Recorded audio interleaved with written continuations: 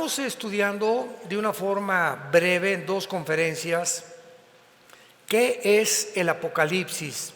Esta es la segunda parte y es un estudio muy importante, muy necesario, y le he pedido a Dios mucha sabiduría en oración para que pueda yo expresarme con las palabras más comprensibles que ustedes puedan recibir para entender. Esta fue la característica más grande de Jesucristo como maestro, que ha sido el gran maestro de maestros. Y tú vienes a los evangelios y encuentras un lenguaje, los árboles, las semillas, el agua, el luégano, la lechuga, los pájaros, puras palabras sencillas, clarísimas, que hasta un agricultor, un ranchero podría entender. Ese fue el lenguaje que Jesucristo usó. Sin embargo, detrás de este lenguaje tan hiper sencillo, como las parábolas y todo lo que Jesús dijo, yo soy el pan que descendió del cielo, yo soy la luz del mundo, se encontraba escondido detrás de estas palabras la sabiduría de Dios. Y así rápidamente puedes tú comenzar a estudiar Mateo 13, la parábola de las semillas. Un sembrador salió y sembró, una cayó junto a la tierra, vinieron los pájaros, se la llevaron, otra cayó entre los espinos, otra entre las piedras y otra cayó en buena tierra. Y toda la audiencia que Cristo tenía no entendían, o sea, oían como un cuento para dormir a un niño. Pero detrás de las parábolas y de esas enseñanzas se encontraba la sabiduría de Dios. ¿Y qué hizo Jesucristo? Les dijo, cuando acababa de predicar las parábolas, agarró a sus discípulos, vengan para acá. A ustedes les es dado conocer estos misterios, no a la gente común y corriente. Y les voy a explicar la parábola. El sembrador salió a sembrar, la semilla es la palabra de Dios. La tierra es el corazón humano. Y cuando alguien escucha la palabra de Dios, no entiende, y los pájaros son el diablo que viene y arrebata la semilla para que no dé fruto. La que cayó entre espinos es gente que no entiende la palabra y se retira antes de tiempo. La que cayó entre las piedras son personas que por el afán del dinero, el afán de la vida y las riquezas engañosas abandonan el camino y ahogan la palabra. Y la que dio fruto son los que la reciben y mantienen regando la semilla, manteniéndose, leyendo la Biblia a diario, memorizando la Biblia, estudiando la Biblia, comparando la Biblia y trayendo la Biblia el domingo a la iglesia. Esos son los que van a dar fruto. Entonces, ¿cuántas enseñanzas tan profundas se encontraban en un lenguaje tan sencillo? Pero cuando llegamos al Apocalipsis, llegamos a un libro donde más de 250 citas provienen del Antiguo Testamento.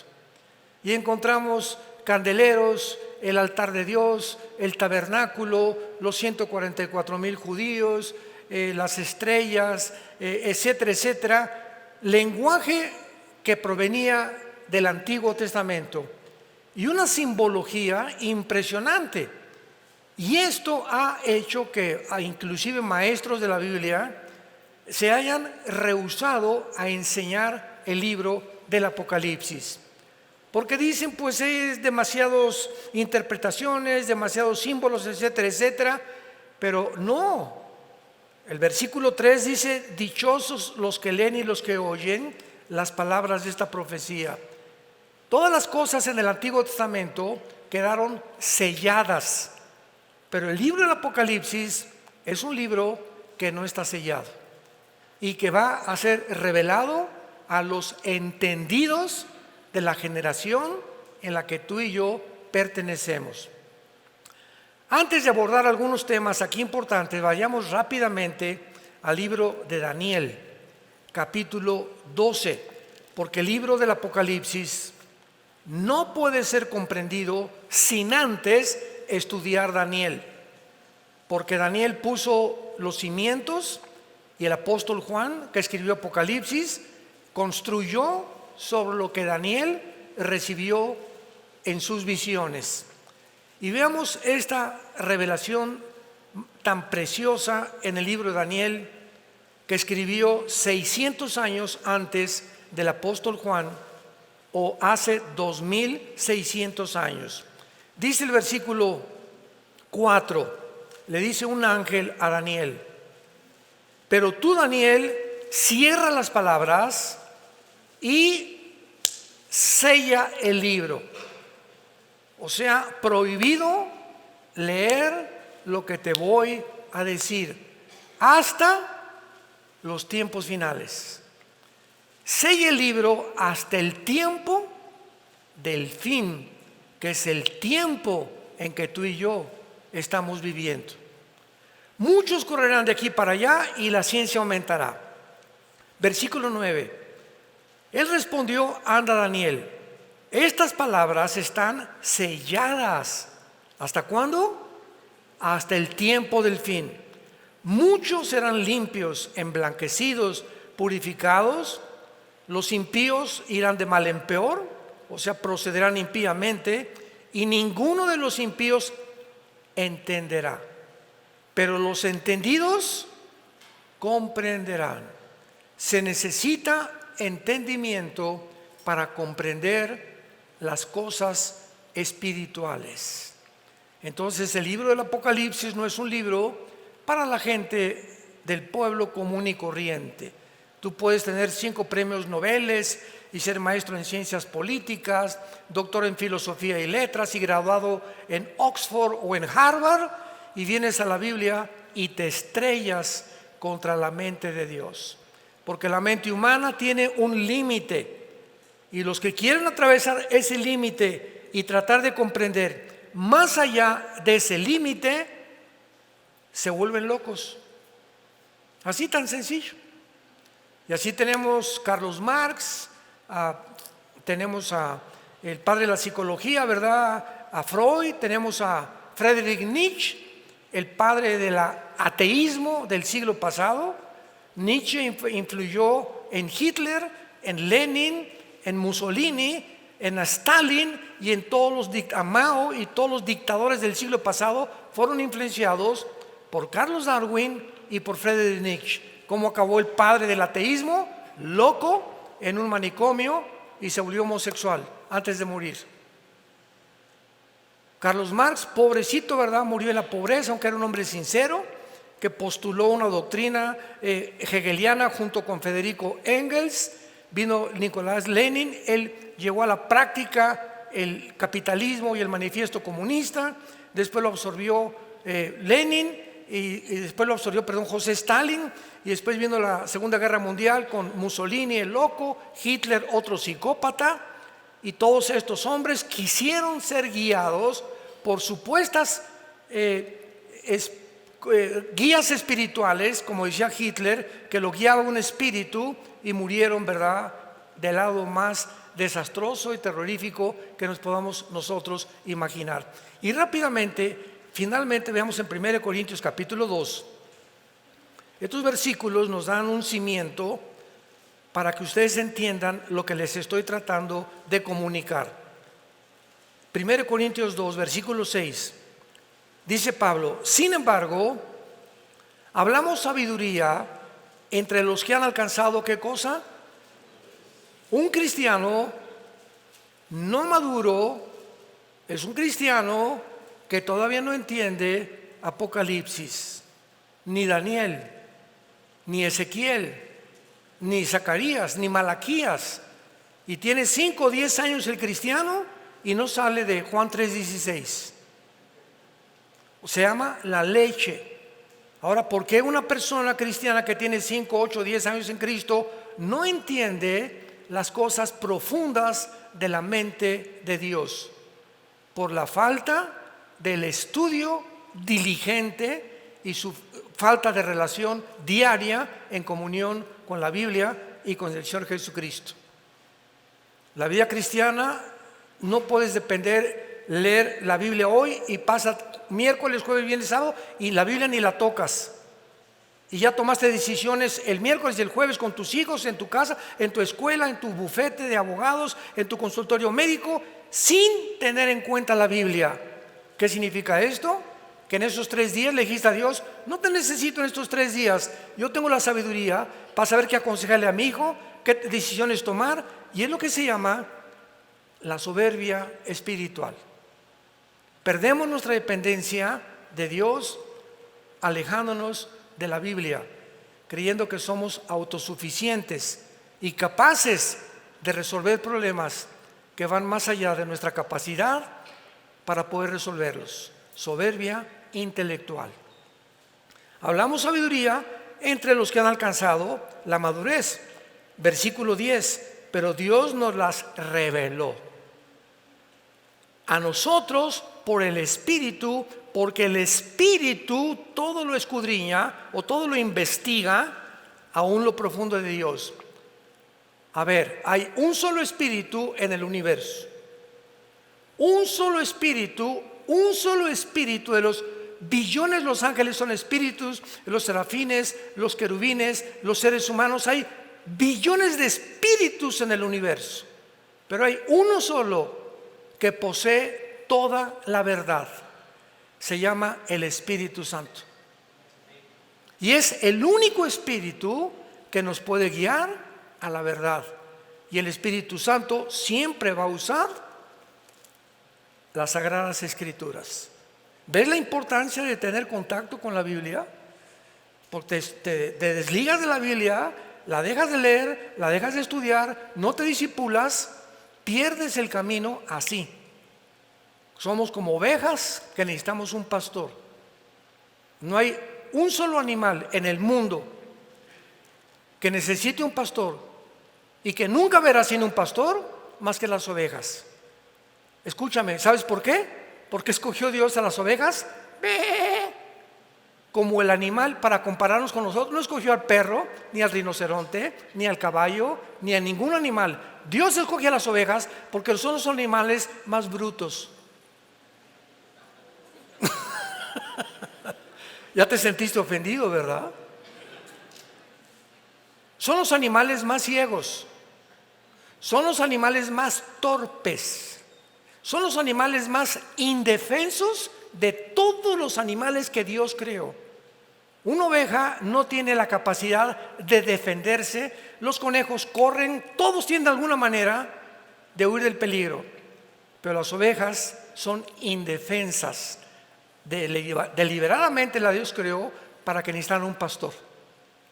Así que nosotros somos igual de semiciegos. Las ovejas no ven de aquí a 5 o 6 metros, pero cuando oyen el cayado del pastor que golpea, sí oyen. No ven, pero oyen. Nosotros no vemos a Jesús, pero lo oímos a través de su palabra. No necesitamos ver a Jesús. Cuando prestas oído a su palabra, como las ovejas oyen el ruido, las ovejas siguen el golpeteo del bastón del pastor con las piedras. A una oveja la metes a un barril en reversa y ahí está. Y en lugar de que se eche en reversa o que salga, ahí se queda la bruta. Son tan indefensas que ni siquiera pueden recurrir a salir o meterse, igual que los seres humanos. Tengo un problema, voy al psicólogo, la doctora Corazón, Walter Mercado, los astrólogos, espiritismo, un chamán, un brujo. Somos tan tontos de creer que hay alguien en el mundo que nos puede ayudar, menos Dios. Así de tercos somos los seres humanos. Ahora entiendes por qué solo el Espíritu que conoce las cosas profundas de Dios es el que te puede guiar a la verdad.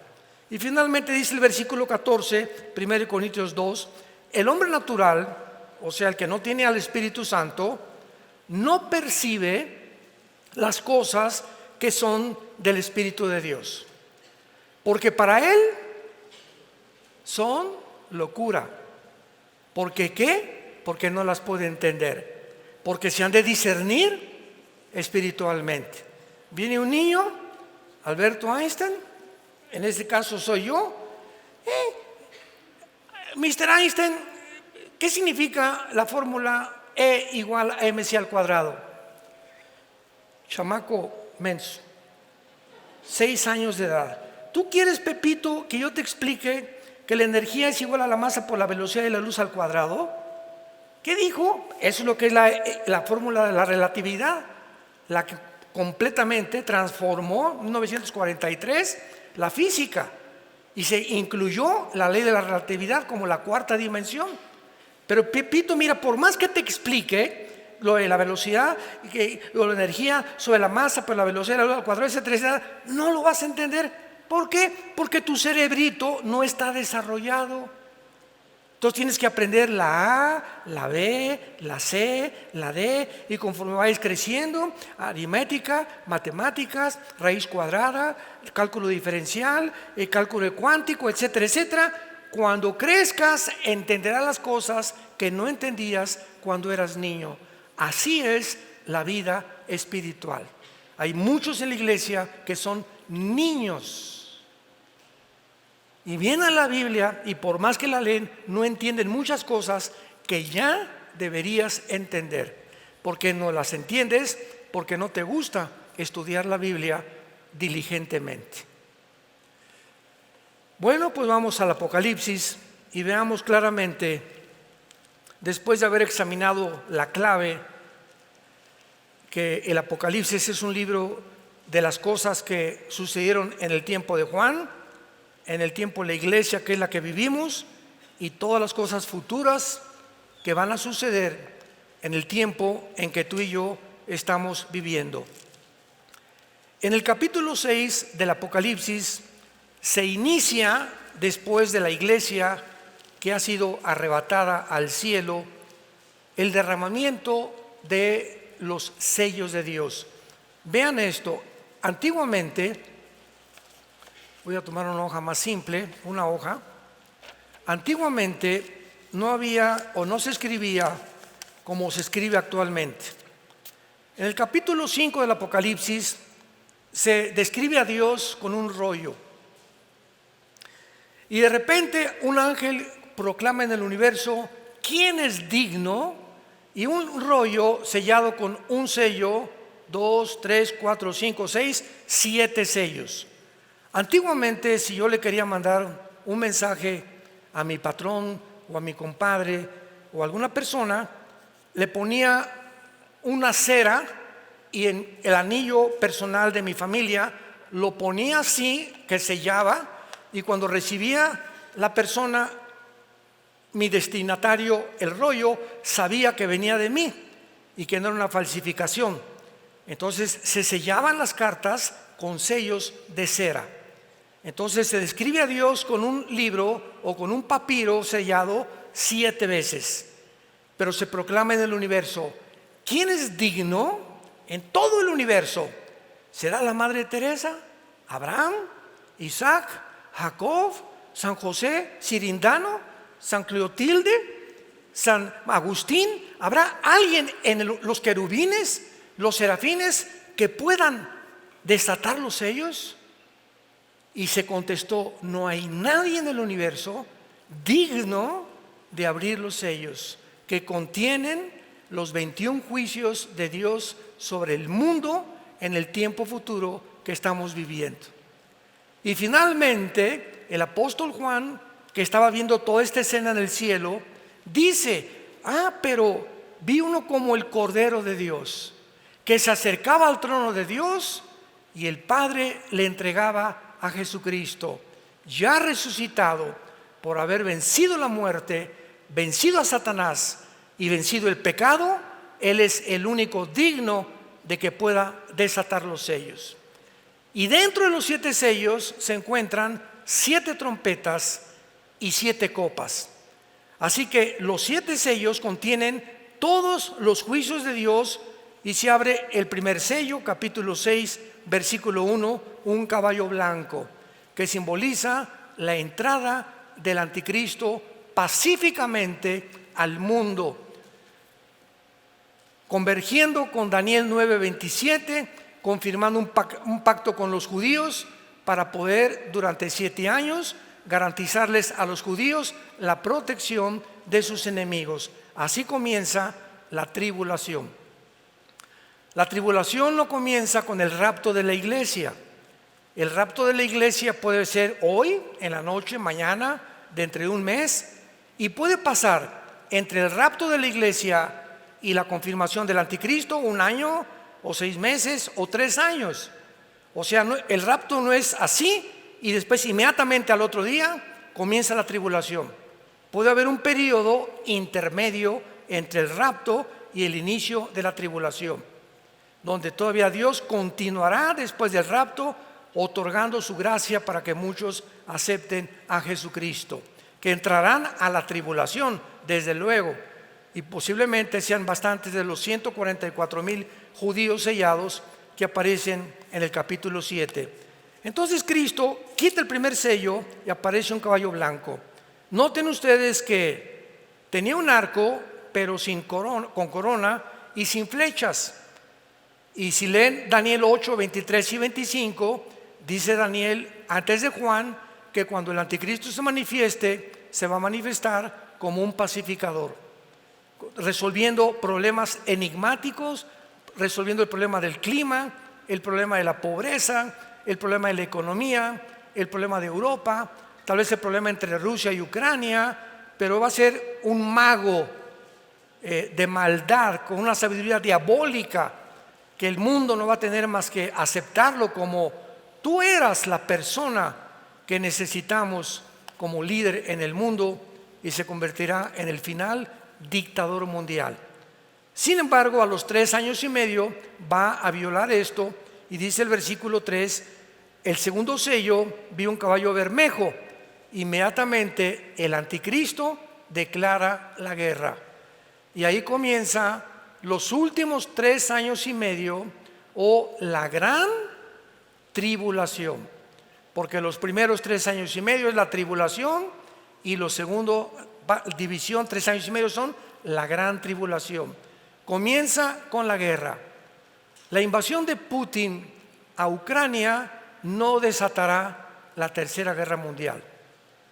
La tercera guerra mundial lo retrata Apocalipsis 16 del 12 en adelante, que se llama el Armagedón. Cuando los reyes del oriente, Siria, Irak, tal vez Rusia, Corea del Norte, la India, van a formar parte de esta coalición, van a atravesar el río Éufrates, que por cierto ya se está secando, para dirigirse a Israel, al Valle del Megido. Ahora que muchos nos van a acompañar en junio a Israel, vamos a ver el Valle del Megido. Napoleón Bonaparte dijo cuando estuvo ahí: este lugar seguramente lo ocupará la tercera guerra mundial. Es un valle inmenso, el Valle del Megido, que se llama en Joel 3 el Valle de Josafat. Entonces ahí va a ser la tercera guerra mundial. Para que la tercera guerra mundial se realice faltan 2 o 3 guerras más, que tal vez nosotros vayamos a ver.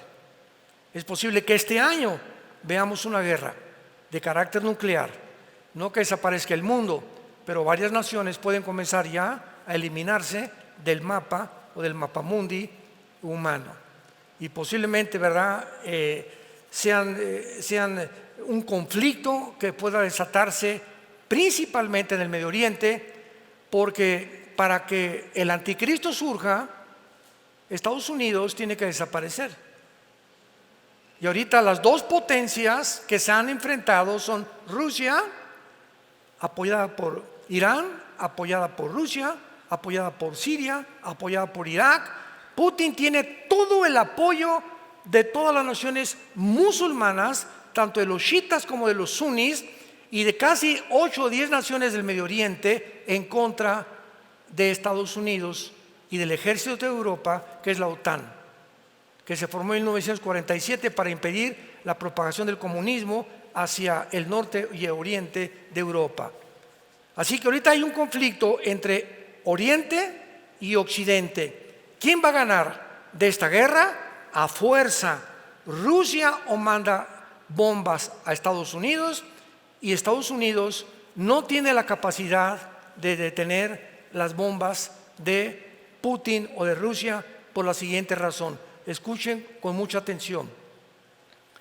Cuando cayó el comunismo en 1991, Estados Unidos se engrandeció y se ensoberbeció. Ya el comunismo fracasó, ¿ya lo vieron? Ahora el capitalismo, como les hemos dicho, la libertad, el libre comercio, el libre mercado, ¿verdad? La democracia van a triunfar. Y hasta Rusia algún día, que ya vio que el comunismo no funciona, va a ser democrática. Pasaron no ni siquiera 10 años y comenzó el siglo XXI cuando nombraron al exdirector de la KGB, Putin, como presidente de Rusia. Y Putin surge como exdirector de la KGB como el estratega militar número 1 de la humanidad.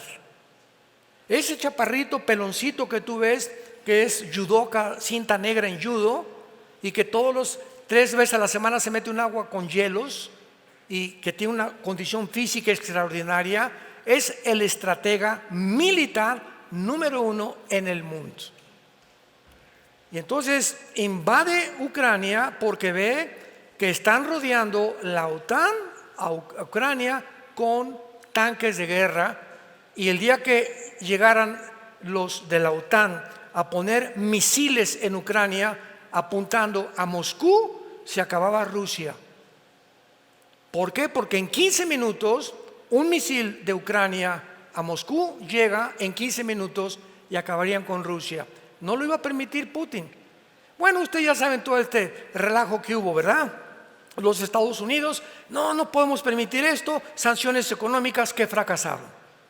Europa se hundió más, el dólar se hundió más todavía, porque el rublo y el yuan de China se fortalecieron al rublo ruso, Irán fortaleció con el petróleo a Rusia, y Rusia no le han hecho absolutamente nada las sanciones económicas. Además, Rusia actualmente es la potencia mundial con el mayor armamento nuclear, que no tiene ni Estados Unidos, ni China, ni Corea del Norte, ni ninguna nación del mundo.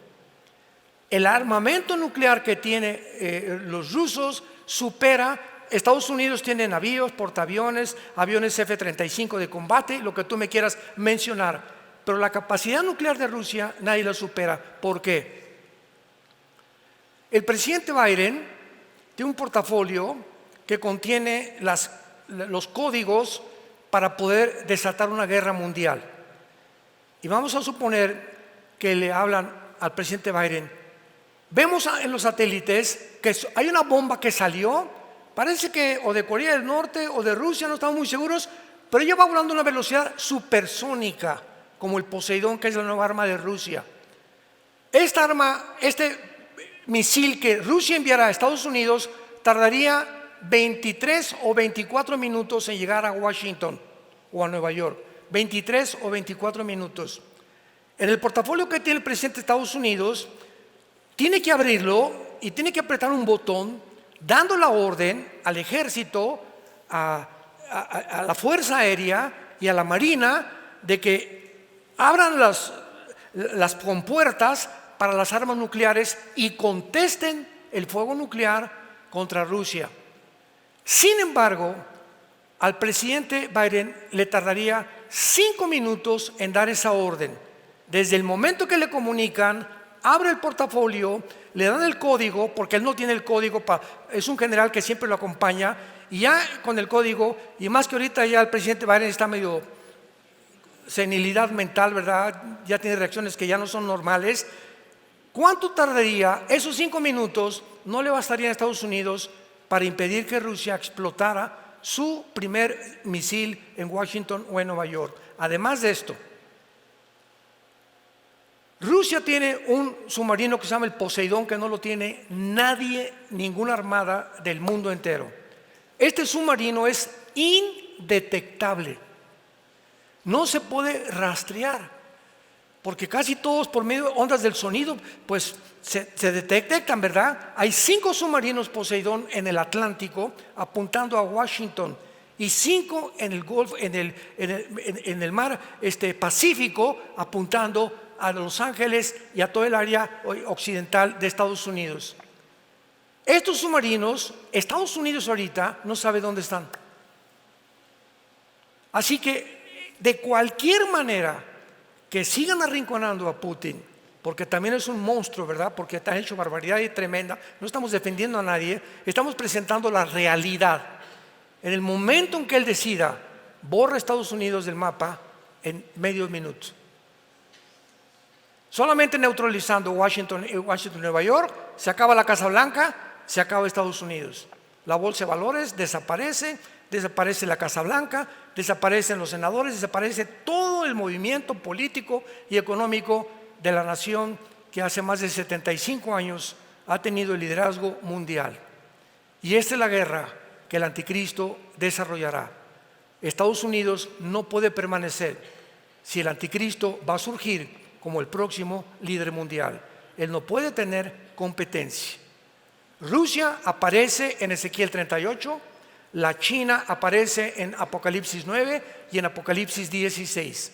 Así que sabemos, de todas esas naciones ahorita, los que van a sobrevivir va a ser Irán, va a ser Turquía, va a ser la Rusia, va a ser la China y las naciones del Medio Oriente. Europa y Querétaro se borrarán del mapa. ¿Por qué lo digo esto? Vayamos en Apocalipsis 6, versículo, a ver el cuarto sello. Apocalipsis 6, versículo 8. Veamos lo que hace 2600 años profetizó la Biblia. Y todo tiene una conceptualidad, un sentido común, una lógica tan grande. Cuando unimos las piezas de todo lo que está pasando, no hay ninguna pieza suelta, no hay coincidencias en la vida. Todo forma parte de un plan perfectamente bien planificado, desarrollado, estratégicamente elaborado, que la Biblia se adelantó para revelárselo al pueblo de Dios. Para que nosotros no estamos en tinieblas. No tenemos por qué vivir en inseguridad. ¿Y si el dólar se cae? ¿Y si el peso? ¿Y si esto? ¿Y si el otro? ¿Y qué? No te dejaré ni te desampararé, dice el Señor. ¿No se acuerdan del desierto? 2 millones de personas los mandé a un desierto, sin Oxxo, sin Walmart, sin Plaza Atenea, sin zapaterías, sin agua, sin ropa, sin sastres, sin costureras. Casi 40 años, Deuteronomio capítulo 8, y los afligí para probarlos y demostrarles que en medio de un mundo completamente como es el desierto, la vida de un desierto, donde puras lagartijas tienes todos los días para ver nada más, ni televisión ni nada, su vestido no envejeció, sus pies no se hincharon, porque yo soy Dios que los sostengo con la diestra de mi poder. ¿Por qué tenemos miedo, pueblo de Dios? Pase lo que pase. Si Él sostuvo tanta gente sin nada, ahora pase lo que pase en el mundo, Dios tiene más poder todavía, porque su Hijo resucitó entre los muertos y vive dentro de ti. Y nos dejó su libro para que pudiéramos aprender de este libro las maravillas que nos esperan en este mundo después que todo desaparezca. Dice Apocalipsis 6, versículo 8, miré un caballo amarillo, léanlo con mucha atención, y el que lo montaba tenía por nombre Muerte, y el Hades, o sea, el infierno, le seguía. Y le fue dada potestad sobre, ¿cuántos? La cuarta parte de la tierra para matar con espada, o sea, con guerra, con hambre, que es el resultado de las guerras, con mortandad, que son pestes, y con las fieras de la tierra, que se vienen de la selva a las ciudades por falta de comida, acabar con los moribundos y con los muertos. ¿Cuántos habitantes hay en el mundo ahorita? 8,000 millones. Le quitamos la cuarta parte, ¿cuántos son? 2,000 millones. Estamos comenzando apenas. Las primeras guerras morirán 2,000 millones de personas. ¿Tienes idea de cuál es esto? Para que tengas una ligera idea, desde Alaska hasta la Patagonia en Argentina, todo el continente americano, Canadá, Estados Unidos, México, Panamá, Guatemala, hasta la Patagonia, habemos 1.100 millones de seres humanos. Aquí está diciendo que al principio morirán 2 continentes enteros, iguales al continente americano de personas. Y como en la Biblia no aparece Estados Unidos, ni Querétaro, ni México, ni ninguna nación, solamente encuentras en la Biblia, al final de los tiempos, naciones del norte de África y del Medio Oriente, y algunas de Asia Central, nada más. Lo que nos da a entender que después de que caiga Estados Unidos, desaparecerá todo el continente americano, tú y yo. Pero ya no vamos a estar aquí nosotros. Así que adiós, ya nos vemos al ratito, Adiós mundo cruel, ya nunca te veré, como dice la canción. Ahora, esto es muy importante porque dice el versículo que en el 5º sello, versículo 9, Juan vio con sus ojos, él estaba en el cielo. ¿Con qué ojos vio? Cuando Juan fue llevado al cielo para escribir el Apocalipsis y ver lo que pasaba en el mundo, la carne y la sangre, dice la Biblia, no pueden heredar el reino de Dios, porque con nuestro cuerpo la dimensión del cielo es otra dimensión que no está diseñada para que respiremos, ni vivamos, ni comamos allá como aquí en la tierra. Aquí de la atmósfera para abajo hay una capa de ozono y de aire compuesta por 93% de nitrógeno, oxígeno y algunos gases. Ahorita respiro y gracias a este aire, y qué bueno que no traigo pañal ni bozal en la boca, este aire que respiro es el que le da vida a mis neuronas del cerebro. Y el momento que dejo de respirar, se me baja mi sistema inmune, afecto mis neuronas, que son irreversibles, el daño para siempre. Yo no me quiero meter en eso. El que tenga entendimiento, que entienda lo que les quiero decir. Pero es increíble que podamos nosotros ver que allá Juan en el cielo ve con otros ojos, que son los ojos espirituales. Los oídos de Juan no eran físicos, eran espirituales. ¿Qué les quiero decir? Que cuando Juan estuvo en el cielo, vio a los muertos. Versículo 9. Vi bajo el altar las almas de los que habían sido muertos por la palabra de Dios y por el testimonio, o sea, los mártires. Cuando morimos, no hay reencarnación, no hay purgatorio, no hay limbo, inventos de los seres humanos y de las religiones. Tú te mueres hoy en la noche y acabó para toda la eternidad tu futuro, y serás condenado o vivirás con Jesús en el cielo. No hay lugares intermedios, no hay tiempo de arrepentirte ya, ni de pedir perdón. Se acabó el tiempo de la gracia. De Dios nadie puede ser burlado. Por eso cuando oigas su voz, no te endurezcas. Hoy es esta tarde, a muchos Dios le está hablando para que se arrepientan de sus vidas y vengan a la cruz. Antes que salgas por esa puerta, Dios no lo quiera, que hoy mismo te mueras, o mañana, o pasado, y por tu endurecimiento te condenes eternamente en el infierno. ¿Qué les quiero decir con esto? Que al morir la conciencia no se pierde. No hay tal cosa como que cuando dicen que duermen los muertos, duerme el cuerpo. Pero cuando te mueres, se sale tu espíritu, se sale tu alma, tu cuerpo lo pueden cremar, no importa que lo cremen, de todas maneras los gusanos se lo van a comer, o echan el polvo en la tierra o en el mar, si te entierran tampoco importa. Por eso el cristiano nunca va al Día de Muertos a llevarle mole ni flores al muertito. ¿Se acuerdan del chiste de la India María? El Día de Muertos, llegó la señora Pompidou con su ramo de flores y vio a la India María en el cementerio. India bruta, ¿cuándo crees que se va a comer el mole tu muertito? Y le contestó la India María, ¿cuándo venga el suyo por las flores? O sea, qué absurdo, ¿no? Ya sea que mole o comida o flores, llevarles a los muertos, no hay nada ahí. Están completamente, un cristiano jamás regresa al cementerio. Creemos que no hay nada ahí. Ya están en el cielo condenados tus parientes o tus amistades. Nada, o sea, es paganismo.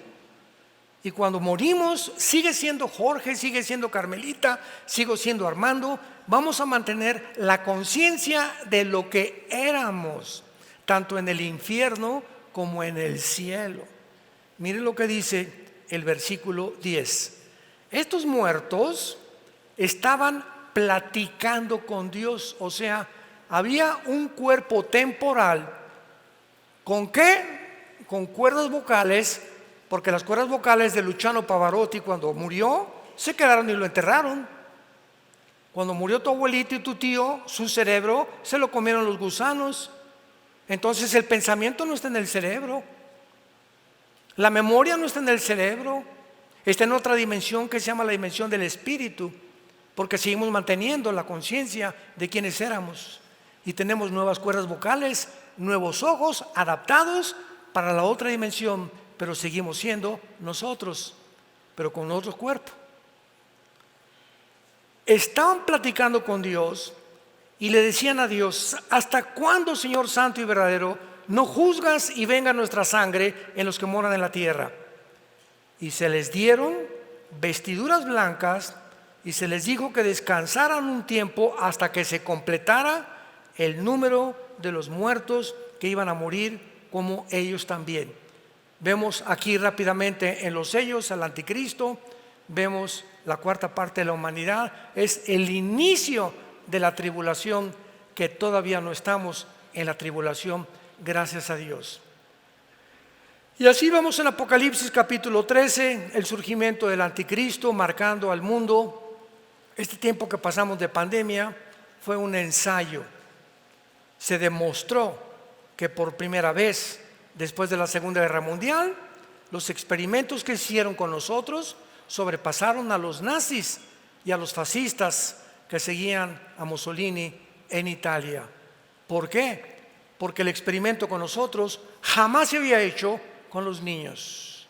Desde los nazis, que Mengele, el doctor de Hitler, abría a las mujeres y les querían poner ojos verdes a los que tenían ojos negros y querían mezclar el ADN con otras cosas, y fracasó el nazismo, gracias a Dios, pero querían crear una raza superior, y es lo que actualmente en el mundo se llama transhumanismo. Están tratando de crear una raza superior, porque si somos amibas y venimos de la evolución, ahora tenemos la tecnología y la genética para poder crear un ser humano que ya debemos evolucionar. Y ahora, como decía Elon Musk, el dueño de Proyecto X y del Tesla, etcétera, etcétera, vamos a inventar un chip, meterlo intravenoso que llegue al cerebro y subir los pensamientos a una nube. Y de la nube poder controlar a través de una computadora y del chip el cerebro de una persona, porque si quieres aprender japonés en 3 horas, en lugar de 3 o 4 años, lo puedes hacer. Si ya no quieres tener ira, envidia, celos, etcétera, etcétera, el chip va a comenzar a abordar ciertas áreas de tu cerebro para poder crear un superhombre y que ya no hay maldad en el mundo. Esto no es ciencia, esto es ciencia ficción. Yo le llamo marihuanadas. Estos son los científicos del siglo XXI, lo creen y lo están haciendo. Googléalo. Foro Económico Mundial, Klaus Schwab, el presidente, ve lo que dicen, y son los que están manejando el protocolo del mundo actualmente. Ya llegaron a ensoberbecerse a tal grado que creer que somos dioses y que ¿quién puede competir con Dios? Crear un ser humano superior al que Dios creó por medio de la tecnología y la genética. Y así el anticristo va a marcar a millones de personas con el 666. Vendrá, ¿verdad?, en la segunda venida después de la tribulación Jesucristo con nosotros. En el rapto nos vamos. Pasan 7 años de tribulación, y mientras está aquí la tribulación, estamos en el cielo. 1 Corintios 3, del 10 al 12, 1 Corintios 15, 51 al 53, Romanos 14, 10. Estamos en el cielo con Dios, en el juicio de las obras, porque seremos juzgados ya no conforme a la salvación, sino a lo que hiciste mientras estabas tú y yo en el cuerpo, lo que hicimos o lo que dejamos de hacer, y los motivos por los cuales hicimos lo que hicimos para la obra de Dios. Y después de que seamos juzgados y entregar las recompensas, vienen las bodas del Cordero, Apocalipsis 19, y acabando las bodas, bajamos al terminar la tribulación del mundo con los ángeles de Cristo, Apocalipsis 19, a establecer su reino milenial, donde moraremos en el reino mesiánico prometido a los patriarcas y a todos los profetas del Antiguo Testamento, 1000 años. Al acabar los 1000 años, que va a estar Satanás atado, va a ser desatado otra vez la última rebelión y bajará la Nueva Jerusalén, Apocalipsis 21 y 22, al mundo, y en la Nueva Jerusalén entraremos a vivir para siempre con Jesucristo. Y dice Daniel capítulo 7 que muchos gobernarán otras galaxias, porque Dios creará cielos nuevos y nueva tierra. Muchos tendrán tronos. No todos los cristianos van a ser capitanes, ni coroneles, ni generales. Muchos cristianos seguirán siendo soldados rasos en la otra vida, porque eso es lo que quisieron ser. Pues yo de panzazo con que pase, pues ya, con eso me conformo. Por eso dice la Biblia: no os canséis, y mostrar la misma solicitud de al principio, para que seamos imitadores de los que por la fe y la paciencia heredamos las promesas. No somos de los que retroceden, porque muchos salieron de nosotros, pero no eran de nosotros, porque si hubieran sido de nosotros, hubieran permanecido con nosotros. Pero muchos vamos a ver que van a salir de la iglesia porque nunca se arrepintieron, nunca fueron salvos, nunca fueron regenerados por el Espíritu Santo, nunca nacieron de nuevo. Eran religiosos nada más. Les gustaba oír, a Herodes le encantaba oír a Juan el Bautista y acabó cortándole la cabeza. Y las iglesias están llenas de personas en el mundo entero que no son salvas. Todas las iglesias hay la mitad de cizaña y la mitad del trigo. No todos los que tú ves a tu alrededor o atrás de ti o al lado o a la derecha son realmente cristianos. El tiempo lo dirá por la conducta, la forma, las palabras y su forma de vivir. Porque el que recibió a Cristo ha sido transformado internamente, se convierte en un mejor esposo, la esposa ya no es tan repelona con él, los hijos son más apasionados por amar a sus padres, los padres a los hijos. Mis negocios los manejo con honestidad, trato de vivir una vida tranquila, irreprensible delante de Dios. Trato de hablarle a la gente, a mi familia, de Jesucristo.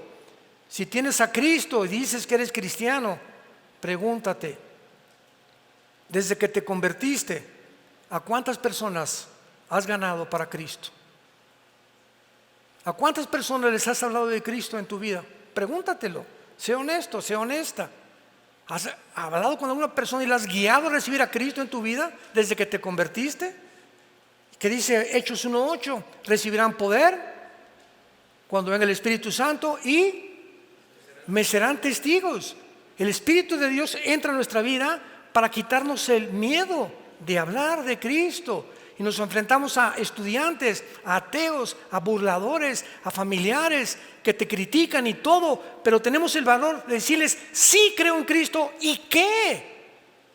Y les ofrezco una mejor vida, y en Navidad me paro y no me da vergüenza testificar a toda la familia: arrepiéntanse, Cristo murió por ustedes. Y estamos hablando a toda la gente que podamos, al panadero. Anoche fuimos aquí nos encanta venir aquí en Querétaro, al Zócalo, al centro, y venía gente, ¿verdad? Una que tenía asma, otro que nos hizo rapear, etcétera, etcétera, y por todos los otros repartiendo Biblias chiquitas y hablando de Cristo y repartiéndoselas a toda la gente. Y a toda la gente que podíamos, le hablábamos de Jesús, porque somos testigos de Cristo.